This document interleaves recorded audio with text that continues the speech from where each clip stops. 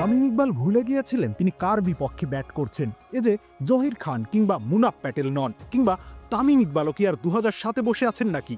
তামিমের সেই ভুলে যাওয়াটাকেই কাজে লাগালেন নাহিদ রানা, বাংলাদেশের নতুন pace sensation. Tamim Iqbal down the উইকেটে গিয়ে খেলতে চেয়েছিলেন, যেভাবে তিনি 2007 বিশ্বকাপে ভারতের বিপক্ষে ছক্কা হাঁকিয়েছিলেন জাহির মুনাফদের বিপক্ষে।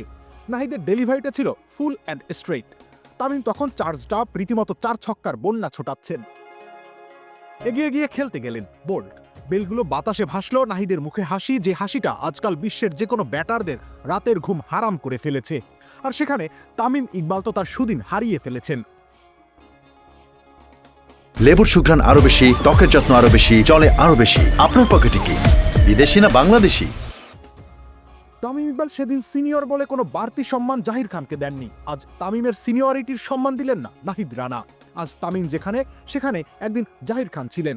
আজ নাহিদ যেখানে, সেখানে একসময় তামিমও ছিলেন। তামিম নিজেই তো একদিন এসব মিলিয়ে বলেছিলেন পৃথিবী গোল। পৃথিবীর গোল কিন্তু শুনে রাখ মিনাজ, একটা কথা শুন, পৃথিবীর গোল। আজকে তুই ওই সাইড, আমি এই সাইড, কালকে আমি ওই সাইডে বসবো, তুই এই সাইডে আসবি।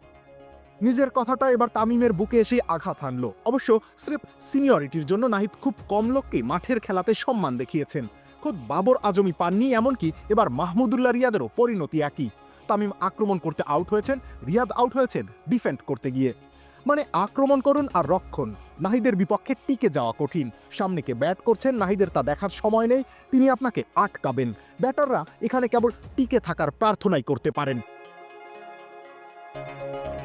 রবিউল ইসলাম রানী, খেলা 71।